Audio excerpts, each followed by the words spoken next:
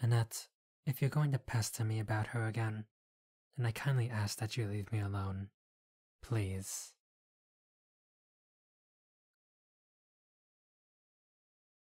Enough!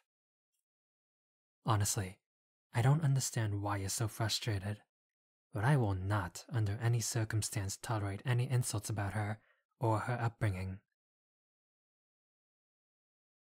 Well, if you truly still have problems and concerns, then by all means, take it up with the king if you so desire. As for me, I won't stand around and hear you speak another bad word about her. Good day, Annette.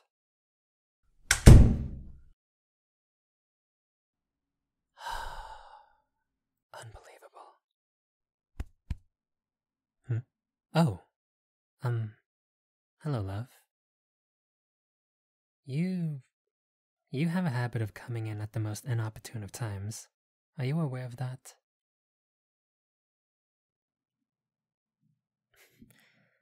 Apologies. I meant nothing by it. Ah, you came to bring me lunch. Completely forgot about that. Let's see. Ah, Chef Oliver's Cornish game pie. It's been a while. Thank you. Oh, I'll eat it, just not in there. I'd much rather avoid the ire of Annette right now. I suppose we were being a bit loud. Not surprised you overheard. No, don't apologize. You're not at fault here. Look, let's talk somewhere else, okay? We have food, and you've been working with the maids all day, I assume. You could use a break. Oh, just follow me, silly. This is a perfect chance for us to spend some time together. Am I gonna have to order you to come with me? Perfect. Follow me. I know a place where we can be alone for a bit.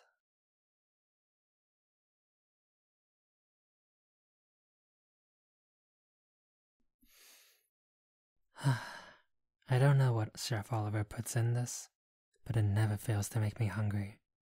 The smell. You should try this. The way he makes the pastry, it's so light and flaky, as if you're biting into a cloud.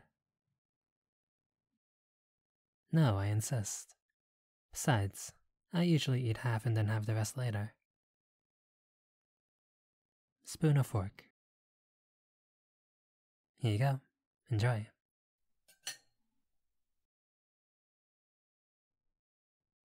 So, it's been a few weeks. How are you adjusting here? Are the other servants treating you well? Any problems?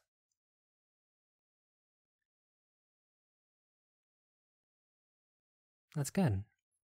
It's nice to know that, well, almost all of them enjoy you. Yes, almost all of them. We'll talk about her later.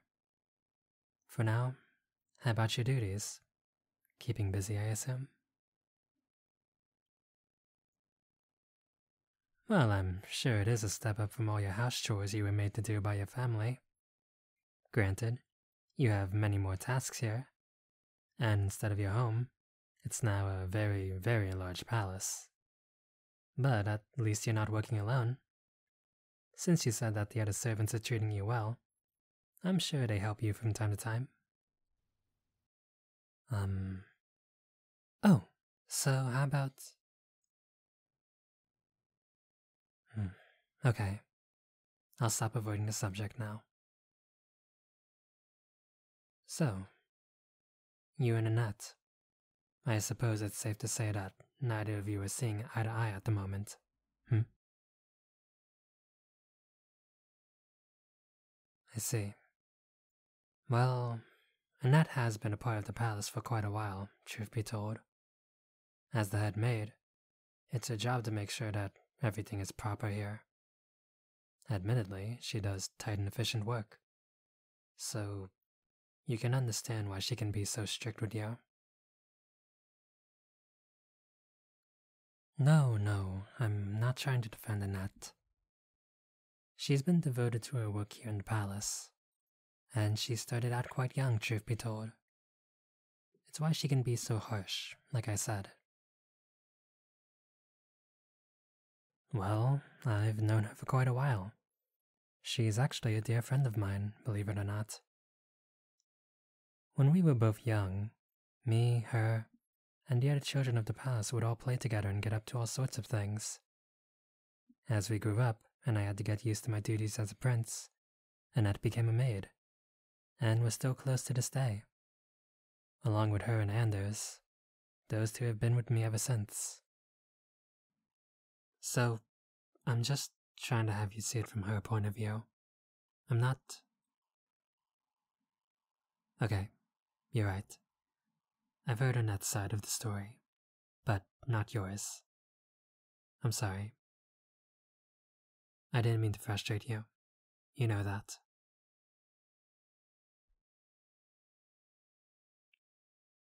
Of course I'll hear you out.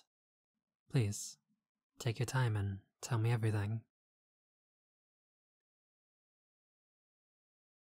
Well, if there's a lot you need to say, I'm all ears.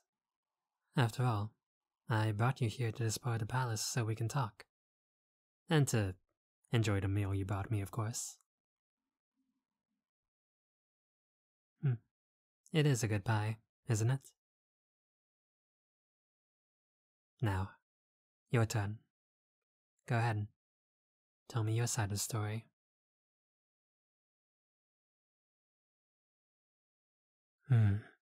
She is indeed a stickler when it comes to rules and traditions. Well, you gave me a time when she was to you. The dining room curtains? What about them? Personally, I don't like them. They're splendid, of course, crafted by one of the best seamstresses in the kingdom, but they're always drawn closed. It's all because of a silly tradition. The world should not gaze upon the royal family while they eat. Such a sight would be unbecoming for those in power. Or at least, that's how the saying went. So that's why they remain as they are in the dining room. It would be nice to allow some sunlight in, or even look out the window when I eat dinner. Exactly. It's so dark and dreary inside. I'm glad you agree that... Wait... If I had to wager, I'll assume you tried opening them up. And I'm sure that Annette probably had something to say about it. I'm not surprised. Truth be told, new servants in the past have done the same thing, and Annette gave them quite the scolding as well. Honestly, I always tell her not to be so irritable over such a small thing, but that's just in her personality, I suppose. Oh, that's not the only thing? Right. Please, go ahead and tell me more. Dinner? Okay, which night specifically? Oh, that was you? I was wondering who made that for dinner. Yes, it was really good. Quite a nice change of pace from what we usually have.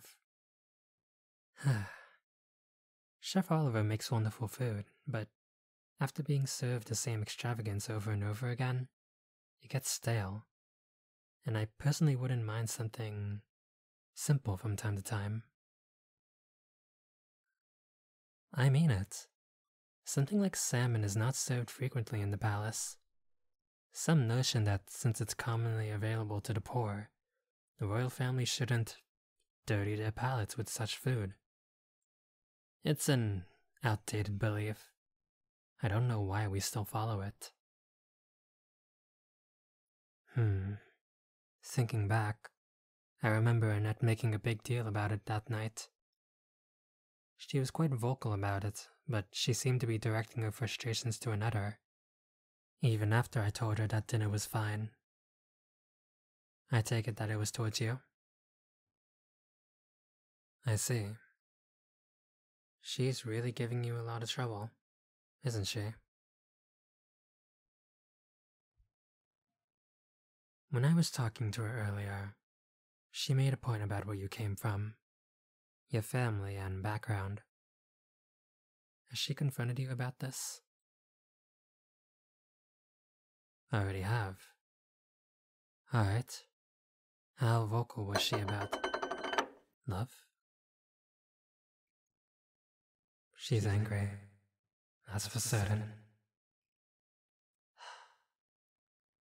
I'm definitely gonna have a talk with Annette again later. Shh, shh. Hey, don't worry. Just let it out. No, don't be sorry. You're frustrated for good reason. Otherwise you wouldn't be like this. Come here. That's it. Feeling better? Okay. How about now? Good. So, what did Annette say? Love, what kind of person would I be if I didn't find out what was going on? Besides, you're my partner. And I know my father will give me hell if he learned I didn't care for his future daughter-in-law. Yes, yes. Now, please, tell me what she said.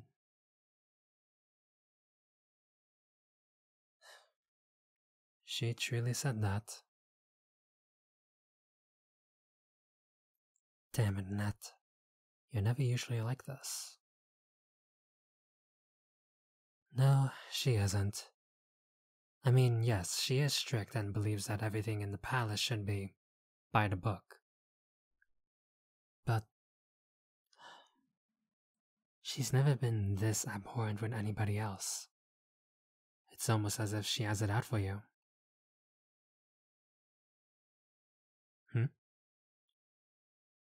Well, aside from the servants knowing that you're here under me and the king's recommendation, the details about us being together, it's not exactly public knowledge yet. We haven't actually told most of the palace staff as well. This was my choice. I thought you wouldn't want to be treated differently while you stay here. Since you come from a humble background, the sudden change where people would be respectful to you because they learn that you're my partner, it might make you uncomfortable. Yes, there are people who do know of us being together. My father, Duke Jenkins, the Royal Council, Anders, and Annette. Yes, she knows. And she told you that because of your background, you don't deserve to be with me. I'm starting to piece it all together. How did I not see this before? What? No. She's not jealous. I can bet on that. My relationship with Annette is close, but it's more platonic. We're essentially brother and sister. And she's always been there for me, during my lowest lows, and I with her. So with her being the head maid, she takes her job very seriously. And she's always had my best interest at heart, including who I choose as my romantic partner. When she said that you're not good enough, it all stems from the fact that you are from a humble background, not because she's jealous. She knew that I wanted to pick someone who I truly loved, but she wanted me to pick someone who had the same status as I, someone with influence, royalty. And I suppose, ever since she learned that you and I are together, she's venting her frustrations on you, so you work as a servant here in the palace. I'm definitely having a talk with Annette later about this. This is unbecoming of her, even if she's looking out for my best interest. She's taken it too far. What? No, don't say that. Don't be ridiculous. She doesn't know you, and it looks like she's too stubborn to take the time to learn about you. I'm serious. She doesn't know about how we met during the gala, and how I felt during that night. If she sat down and actually learned about the girl I've come to know, between my first time meeting her to all the weeks leading up to now, she'll understand why. I care about you. My feelings for you are true. You know this. If I didn't, then like I said, what kind of person, what kind of partner would I be to you? I don't care about your background. Whether you and I would have met in different circumstances, if we were both commoners, royals, or if our roles were switched where I was the commoner and you the royal. I would hope that in all those events, we would meet, and we would fall in love, all over again.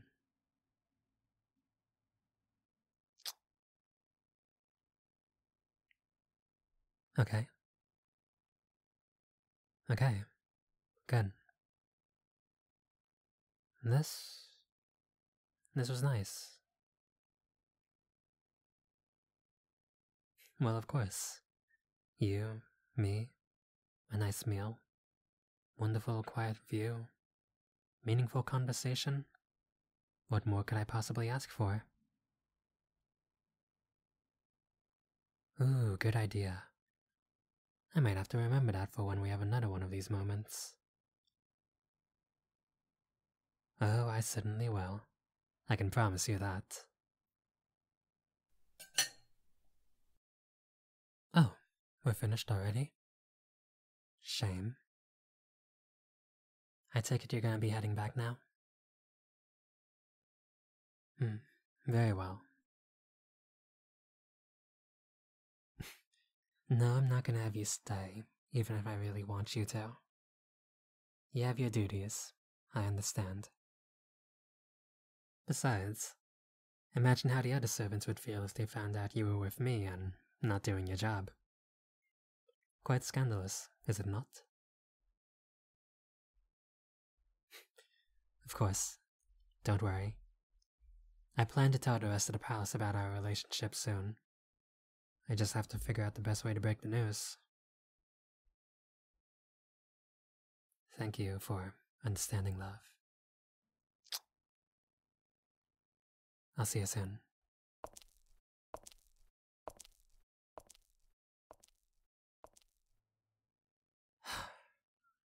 I know you're there.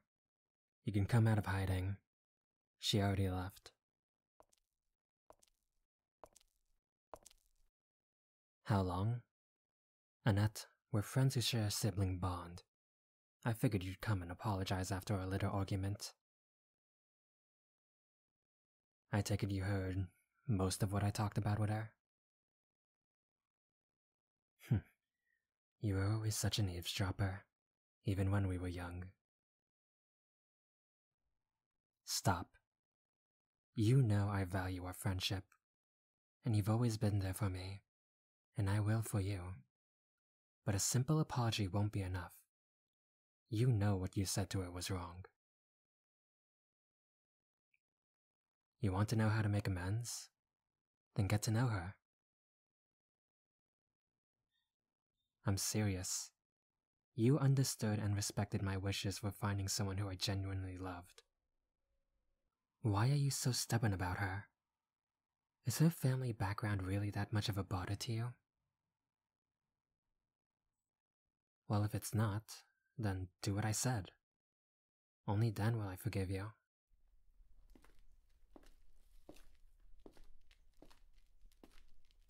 Yes? You were eavesdropping on us. What do you think? Of course I meant everything I said to her. This isn't some immature fling if you really think that. No, I truly do love her, and I see myself being with her for a long time.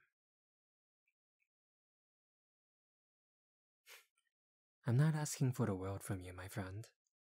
Just apologize to her first, and just sit down and have a chat. Who knows? Perhaps you two will become great friends, just like you, myself, and Anders. Hey, I said talk to her, not gossip about me.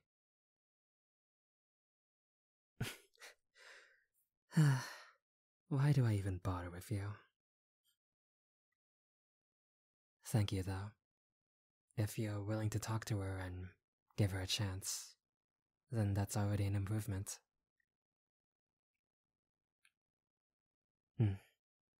I'll see you later, old friend.